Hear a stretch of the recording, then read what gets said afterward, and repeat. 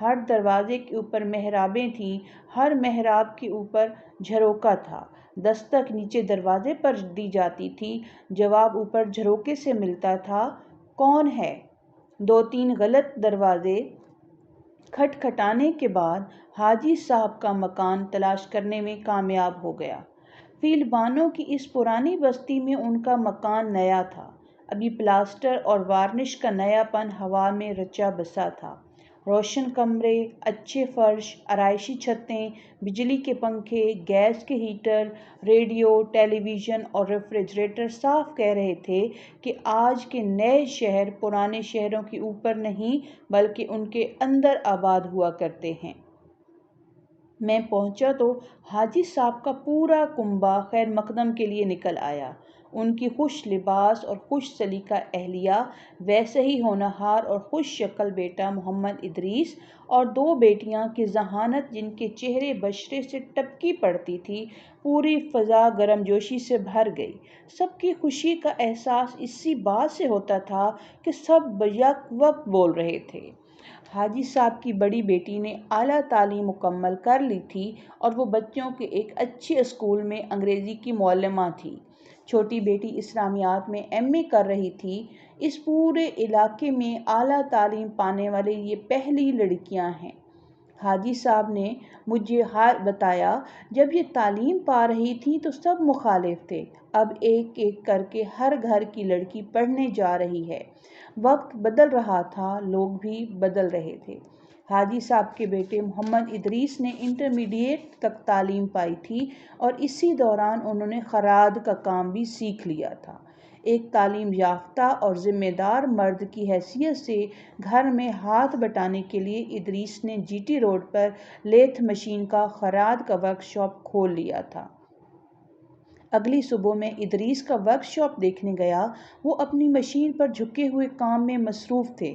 میں نے ادریس سے پوچھا کہ آپ کی بہنوں نے تو اعلیٰ تعلیم پا لی، آپ نے یہ ورک شاپ کھولنے کے لیے انٹر کے بعد تعلیم کیوں چھوڑ دی؟ جناب، یہاں تعلیم کا معیار ہی کچھ اس قسم کا ہے کہ ہم اپنی تعلیم جاری نہیں رکھ سکے، اس وجہ سے میں نے یہ کام سیکھ لیا ہے۔ میں نے پوچھا، ایسا تو نہیں ہے کہ آپ یہ سمجھتے ہیں کہ تعلیم پا کر ملازمت کرنے میں اتنی آمدنی اور اتنا فائدہ نہیں ہے جتنا ہاتھ کا کام کرنے میں ہے؟ ادریس نے کہا، ہاں یہ بھی ہے، لیکن تعلیم کا مقصد یہ تو نہیں کہ انسان تعلیم حاصل کر کے پیسہ کمائے، بلکہ میرا خیال ہے کہ تعلیم حاصل کرنے سے انسان کی فطری قابلیت اور بڑھ جاتی ہے، چاہے کوئی بھی کام کرے۔ اس لیے میں نے تعلیم حاصل کی اور اسی وجہ سے یہ کام آسانی سے اور جلدی سیکھ لیا ہے، یعنی تعلیم کی وجہ سے۔ میں نے کہا، تعلیم کا تو آپ کو پتہ ہے کہ نہ کوئی وقت مقرر ہوتا ہے، نہ کوئی حد ہوتی ہے، تو کیا یہ ممکن ہے کہ جب کبھی آپ کو موقع ملا اپنی تعلیم اور آگے بڑھائیں گے؟ جواب ملا، بالکل، کیوں نہیں؟ تعلیم کے لیے تو کوئی وقت مقرر نہیں ہے اور نہ حد مقرر ہے۔ میں چلنے لگا تو ادریس نے کہا، ڈھیر مہربانی۔ ڈھیر تشکر کے ساتھ اس احساس کو ساتھ لیے میں قلعہ بالا حصار کی طرف چلا۔ قلعے کی بنیاد میں ایک بزرگ کا مدفن دیکھا جو گرم پیر کہلاتے ہیں۔ اتنے گرم کہ ادھر منت مانی ادھر پوری ہوئی، جھولی پھیلی بھی نہیں کہ بھر گئی۔ اسی طرح چوک شادی پیر میں بھی پیر صاحب کا مزار دیکھا جہاں صرف شادی کی مرادیں پوری ہوتی ہیں۔ پشاور میں ایسے ایسے خدا جانے کتنے بزرگ دفن ہیں جن سے ایسے ہی قصے منسوب ہیں، قصہ خانوں کا شہر جو ہوا۔ شادی پیر کے مزار کے پہلو سے لگی ہوئی ایک بڑی سی پرانی اور اندھیری دکان میں اندر تک کمپیوٹر کی کاریں دوڑانے اور ہوائی جہاز اڑانے کے الیکٹرانک کھیل لگے ہوئے تھے، اور نئی نسل کے لڑکے ان میں سکے ڈال ڈال کر یوں کھیل رہے تھے جیسے سر پر جن آ گیا ہو۔ سب سے مقبول کھیل وہ تھا جس میں دوڑتے ہوئے جانوروں اور اڑتے ہوئے پرندوں پر گولی چلائی جاتی ہے۔ سکے گرنے اور گولیاں چلنے کی مشینی آوازوں کا شور مچا ہوا تھا اور شادی پیر کے مزار پر سناٹا تھا، لیکن شہر پشاور کے بارے میں کہتے ہیں کہ 2000 سال کے دوران اس میں ایک روز بھی سناٹا نہیں ہوا۔ پاکستان کا یہ سب سے قدیم آباد شہر ہے۔ یونانی اور عربی مورخوں اور چینی سیاحوں نے اپنی کتابوں میں پشاور کا ذکر بڑے چاؤ سے کیا ہے اور اس شہر کے عجیب و غریب نام لکھے ہیں: پسکاپورس، پولوشاپولو اور پرشاور۔ لیکن پرانی دیواروں کی تحریر آج کے مورخوں نے پڑھ لی ہے۔ بڑے تاریخ داں ڈاکٹر احمد حسن دانی اس بات پر بہت مسرور تھے کہ پرانے پتھروں نے پشاور کا بھید کھول دیا ہے۔ کہنے لگے، خوش قسمتی سے کشان زمانے کا ہم کو ایک کتبہ ملا ہے جو دوسری صدی عیسوی کا ہے اور جس میں سب سے پہلے پشاور شہر کا نام آتا ہے۔ اس میں نام آتا ہے پوش پور، جس کو اکثر لوگ کہتے ہیں کہ یہ پراکرت لفظ ہے جس کی اصل شکل پشپ پور یعنی پھولوں کا شہر۔ بہرحال یہ نام کس نے دیا اور کیوں کر پڑا، اس کا ثبوت ہمارے پاس نہیں، البتہ اتنا ہم ضرور کہہ سکتے ہیں کہ کنشک کے زمانے سے لے کے آج تک یہ شہر آباد ہے۔ قریب 2000 سال ہو گئے ہیں، جس کے معنی یہ ہوئے کہ پشاور شہر پاکستان میں سب سے پرانا آباد شہر ہے۔ جہاں تک پرانے پتھروں کا تعلق ہے، پشاور شہر کی بنیاد ہی پرانے پتھروں کے اوپر رکھی گئی ہے۔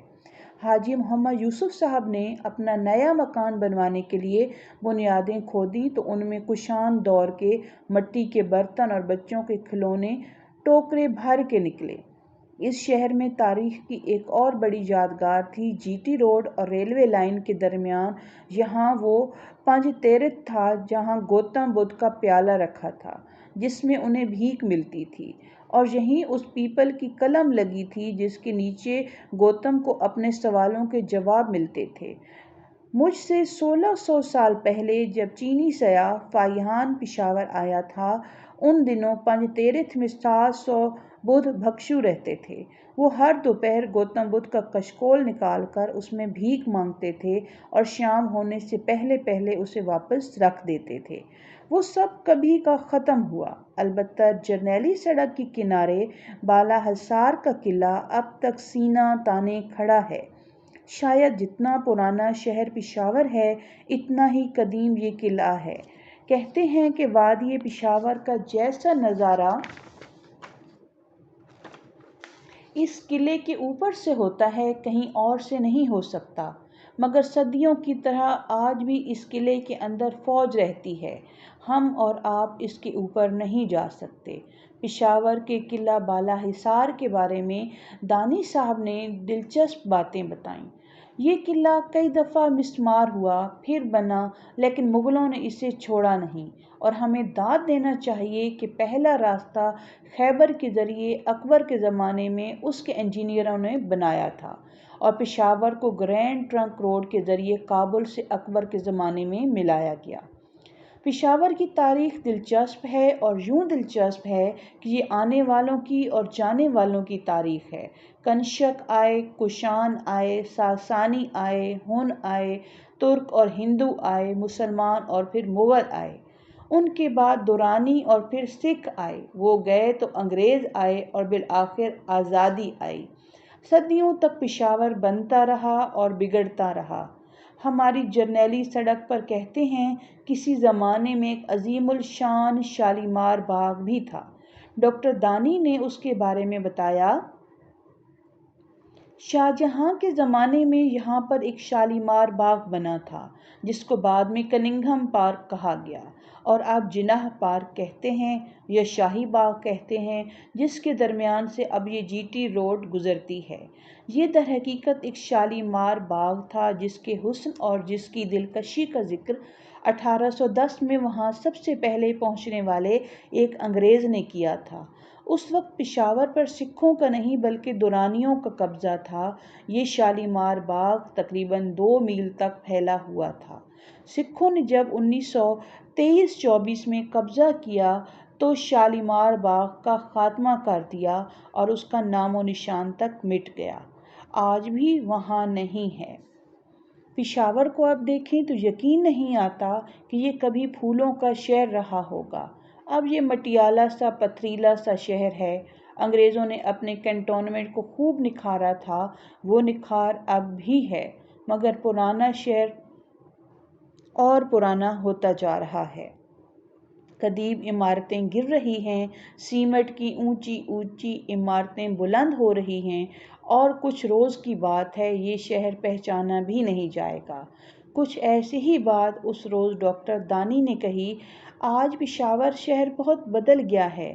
پہلے پشاور شہر ایک قلعے کے اندر تھا، قلعے کی فصیل تھی، شہر پناہ تھی، یہ گھرا ہوا شہر تھا۔ اب پشاور شہر کھلا ہوا شہر ہے، ساری دیواریں، سارے دروازے توڑ دیے گئے ہیں، سارے جنگلات ختم ہو گئے ہیں، بلکہ جنگلات کی جگہ اب وہ کالے پہاڑ نظر آتے ہیں۔